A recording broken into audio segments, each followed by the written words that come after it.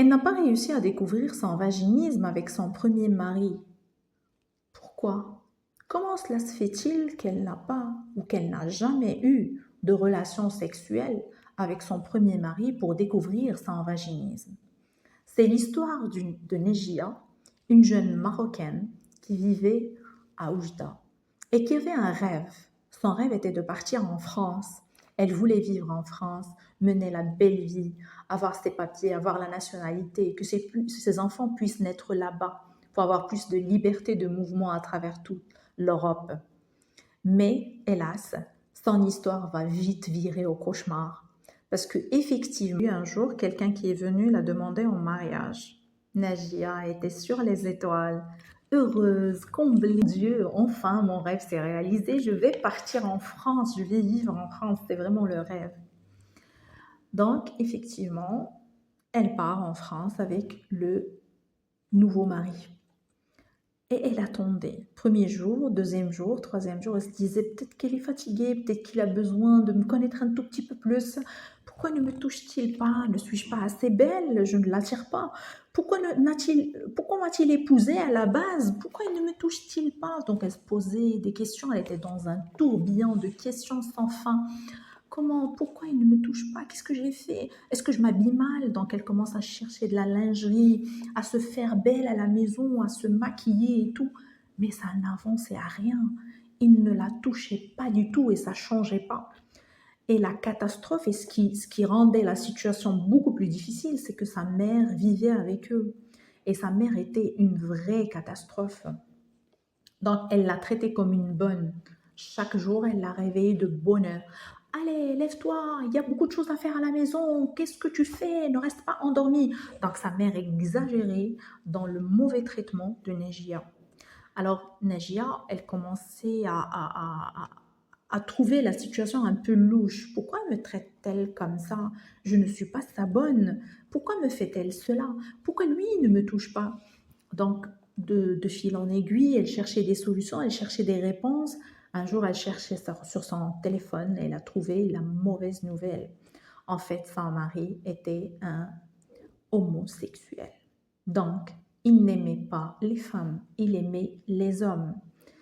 Et pour Najia, c'était un choc, c'était la fin du monde.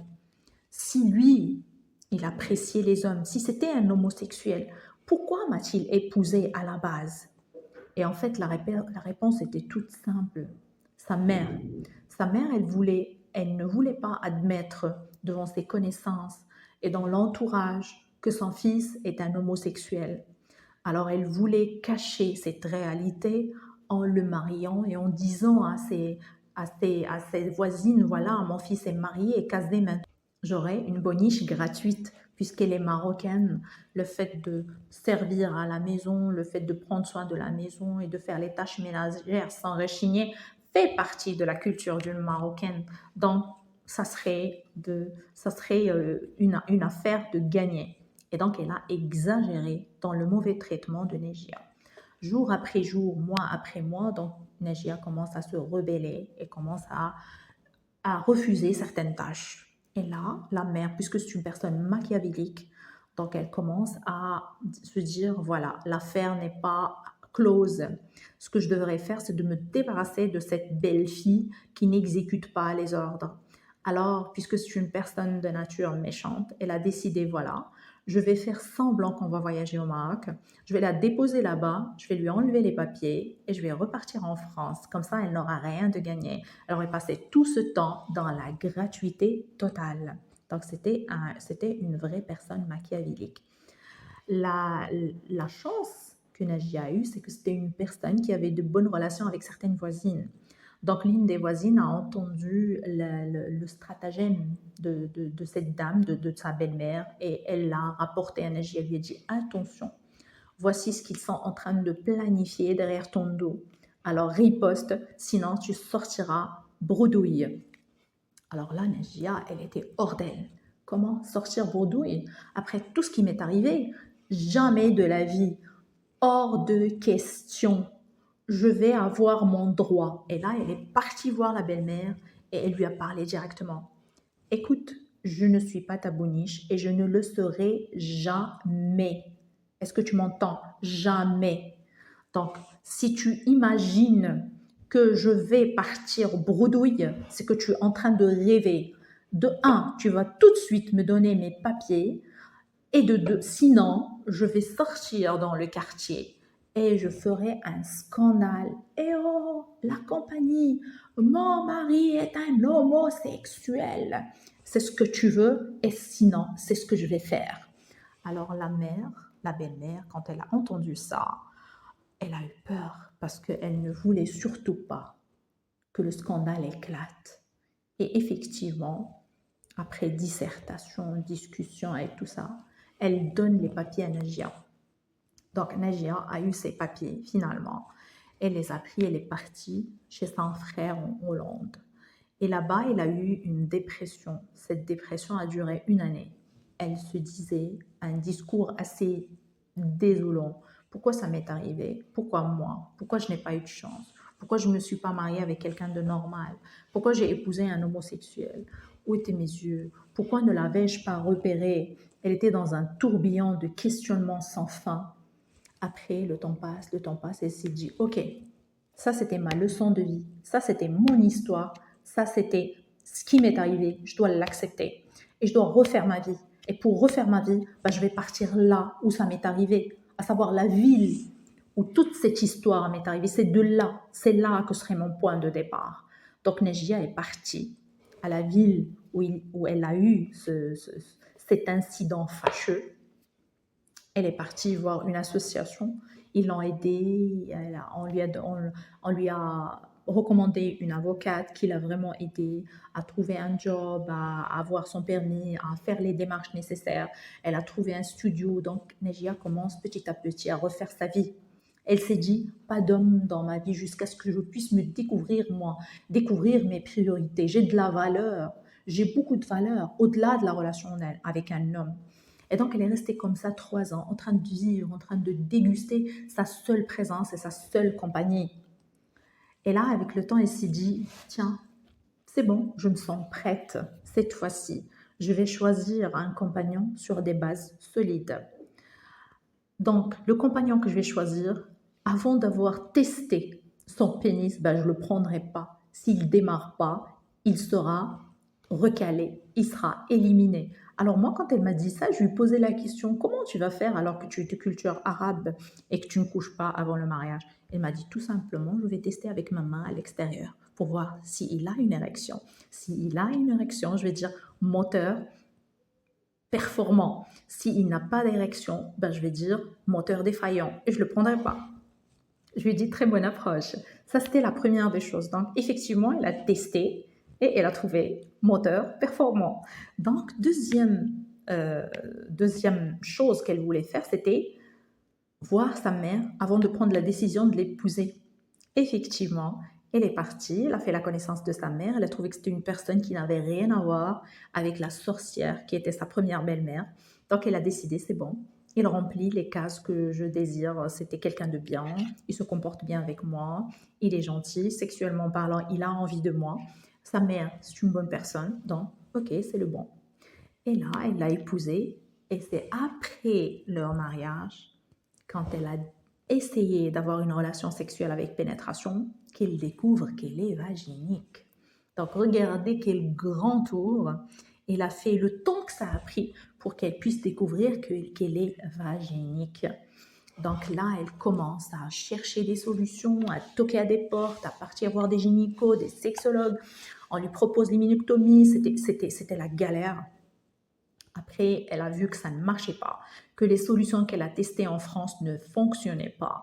Alors, elle a commencé à surfer sur Internet. Et c'est là qu'elle a découvert le programme Vaginisme Away. Ce programme-là est une bénédiction parce que c'est un accompagnement quasi quotidien pendant 3 mois où elle avait accès illimité à une plateforme en ligne avec plein d'exercices psychologiques, plein d'exercices physiques, un accompagnement direct avec sa coach, plus des réunions de groupe une fois par 15 jours. Donc, je t'invite fortement à jeter un coup d'œil sur le System.io, sur le lien pour découvrir plus en détail le programme Vaginisme Away. Donc, elle était dans cette démarche, elle nous a contactés, elle a intégré le programme et c'était une personne très sérieuse. Elle faisait son travail correctement. Après presque un mois d'accompagnement, elle avait déjà commencé les dilatateurs Velvi puisqu'elle était en Europe, donc elle n'a pas eu de problème à ce point. Quand elle est arrivée au dernier dilatateur, elle a eu quelques petites difficultés sur les essais pénétration. Donc, je lui ai proposé d'acheter un GOD. Le GOD, c'est en Europe, c'est possible de se le procurer. Pourquoi nous proposons à nos coachés un GOD? C'est pour vraiment dilater les muscles du périnée à un niveau vers 4, 4,5 pour les rapprocher sensiblement de la vraie taille d'un pénis. Et là, elle m'a dit, écoute, culturellement parlant, moi je ne suis pas très pour le God parce que il ressemble à un réel pénis et j'aurais l'impression de faire quelque chose de mauvais. Je lui ai dit, écoute, je respecte ton code culturel, il n'y a pas de problème. Dans ce cas de figure, ce que tu vas faire, c'est que tu vas essayer d'agrandir ton dernier dilatateur avec des Kleenex et tu vas peut-être mettre à l'extérieur un préservatif et utiliser l'huile d'amande douce pour pouvoir terminer dans la tranquillité tes exercices physiques. Alors, moi, je lui ai dit, il faut arriver à 4 ou 4,5 maximum. Alors, dans la dernière réunion qu'elle a eue avec nous, elle nous a raconté, elle nous a rapporté que voilà, elle a agrandi le dilatateur à 7 centimètres. Je lui ai dit, 7 centimètres? Nagia, moi, je t'ai dit d'avoir une pénétration, je t'ai pas dit d'accoucher maintenant. Donc, on avait beaucoup rigolé dans la réunion de groupe. Elle m'a dit, mais tu sais, je vais en finir, j'en ai marre de cette problématique du vaginisme.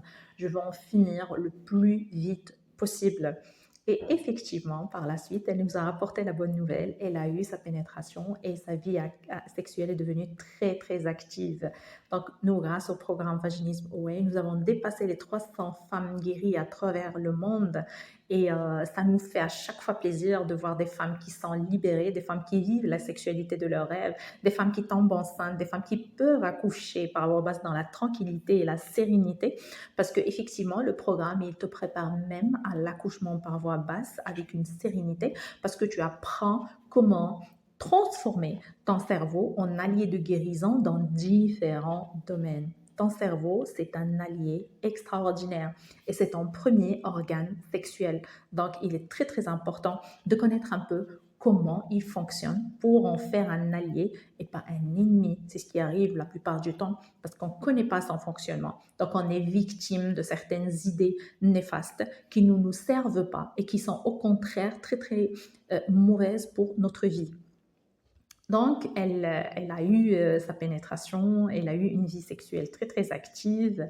Et au final, dernièrement, elle m'a annoncé la bonne nouvelle. Elle a pu accoucher par voie basse d'une belle petite princesse. J'ai été super heureuse pour elle. Et j'ai été très, très contente parce que c'est un cas qui a été spécial dans le programme Vaginisme OAE et qui m'a fait réfléchir sur l'importance de connaître un peu son partenaire avant de sauter le grand pas et surtout la montée de cette problématique d'homosexualité. L'homosexualité, c'est un cas, c'est quelque chose qui est très difficile à aborder, mais surtout, un homosexuel, s'il est né comme ça, c'est vraiment sa vie. Mais le problème, c'est que quand il ment sur sa nature et qu'il va épouser une femme bisexuelle, là, c'est un problème. La base importante de chaque relation et l'honnêteté sur les, les, les désirs de chaque personne, comment il est fait sexuellement. Il faut en parler, il faut être clair, il faut être net. Une personne qui a ce souci-là, il doit le dire et le déclarer. C'est pas essayer de cacher cette nature et faire perdre à la personne la chose la plus précieuse qu'elle possède au monde, à savoir son temps.